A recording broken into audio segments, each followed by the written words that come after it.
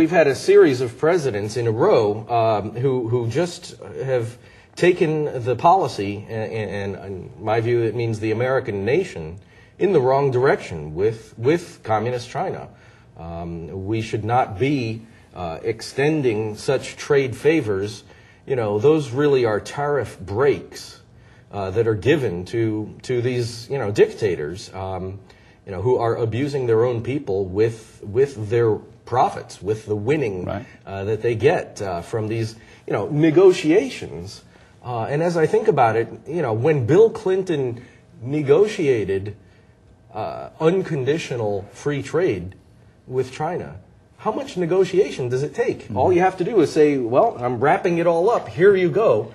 In other words, Bill Clinton gave them everything that they could have wanted in that negotiation, in the relationship, and even perhaps more than a dictator could ask for. You know? Right, that explains why the Chinese leaders on that regime, they probably very much like Bill Clinton. Now, but the mainstream China policy come from today, shaped today back. We can trace that back to late 1970s. At that time, it's still Cold War, and the U.S. enemy is Soviet Union. So back then, the China policy is try to engage with China so we can make China our allies to counter USSR at that time. And of course, that model carried to today. And of course, there's no Soviet Union now. We only have Russia. But that policy still carries today. And it's kind of the weight of the self and the motion itself will keep going for a while. It's very difficult to change, isn't it? It's true that after the Soviet Union fell, that there certainly should have been a review, you know, from top to bottom of United States-China policy. In fact, it was only 3 or 4 years earlier that the Tiananmen Square massacre had produced this bloody scene, you know, on world television. Everyone got to see the blood, the guts, the gore of you know, students and innocent civilians, you know, who were standing for democracy. Now that, you know, should have caused an enormous review of China policy. That is true, though.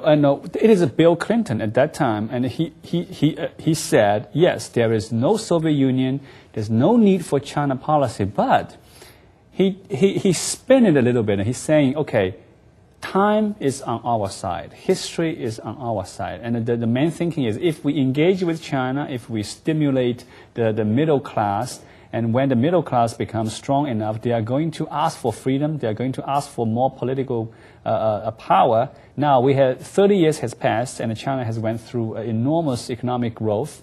Still, there's no democracy, no more freedom. And I know you founded the China Support Network. Now, are you disappointed that after 30 years, nothing changed? I'm very disappointed, and you're right that, you know, the Chinese people may demand their freedom. You know, that is still a developing situation. In other words, China has unrest even right now. So, you know, it could come to pass, in fact, that the Chinese people stand up against the dictators. But it's not the case that they do so because China has a trade surplus with the United States. The trade surplus with the United States has been gravy, you know, and for communists and dictators and tyrants and thugs. And so the China policy has served to form a gravy train, and you know, it's also shortchanged the American people. It has shipped their jobs offshore. And in the old days, or, you know, when I learned politics during the Cold War, you know, to create jobs in a political district, you know, was priority one. In other words, job one of politicians was the creation of jobs. Employment is issue number one.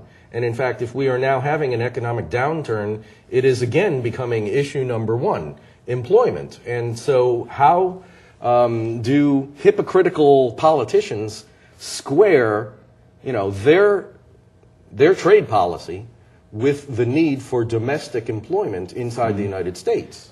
Now, with the president-elect Obama will be the president next January, and do you have a different hope for him that he might do something to alter the China policy? Well, the next few months will tell us whether, Barack Obama is good for the change that he advertised. President-elect Obama said during the campaign, and he said he proposed to ban all the Chinese-made goods because they're especially dairy products. He also said if he were the United States president, he would not go to the Beijing Olympic opening ceremonies.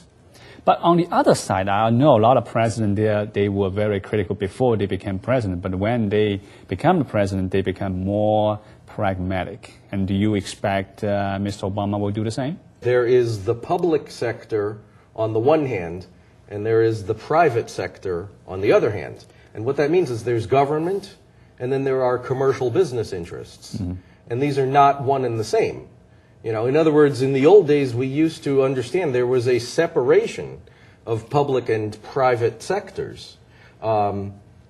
If we were truly doing right by the public sector, we would have a far stronger United States-China policy. And the fact that we have the weaker China policy basically suggests that the government is doing the bidding of the private sector. And I feel that in our nation here in the United States that we need to once again have separation of public and private sectors. Now, if you have a chance to, hypothetically, if you have a chance to meet with President-elect Obama and you have 45 minutes, what will you propose specifically to him about the change on China policy? Well, there would be a go big option and perhaps a go medium option. And let me take those two. The first is go big, which means withdraw from the World Trade Organization.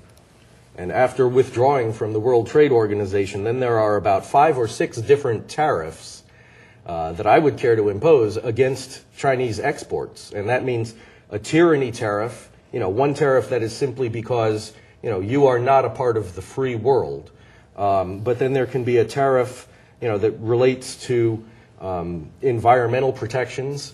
If the standards are lower in China, they get a tariff. There can be another tariff for labor protections. If the standards are lower in China, they get a tariff. There can be another tariff for consumer protection. If the standards are lower in China, they get a tariff. There's also possibly a currency manipulation tariff, a corrective tariff. And this has already been proposed. There's been a bill in the Senate that says, let's add this tariff to Chinese goods simply to correct the imbalance because China has manipulated the value of its currency. But only if when Obama administration will label China as the currency manipulator. Isn't that right? Well, I hope that they will be labeled as such. The simple fact is that the manipulation of the currency is economic dirty pool. It tilts the playing field. And I believe that any U.S. president ought to care to have a level playing field for the business concerns here vis-a-vis the business concerns in China.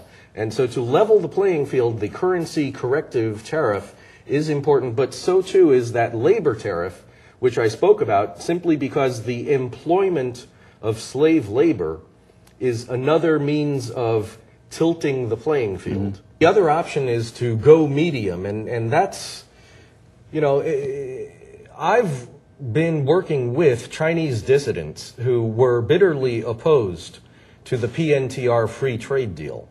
And they were opposed because there were no preconditions, no strings attached, nothing that suggests China should improve its human rights practices.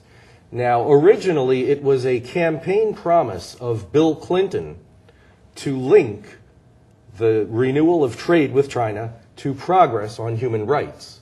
And so the dissidents I work with, they would very much like to have the removal of PNTR and the renewal of MFN with linkage to human rights.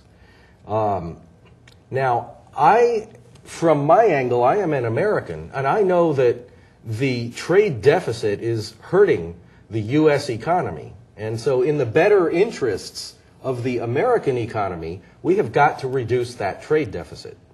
All right? And so my preference is the go big option. In other words, I want, the imposition of tariffs that genuinely slow down the flood of Chinese exports. But a go medium option would simply renew trade with, perhaps 1 year of time that allows the communist government to improve its human rights practices.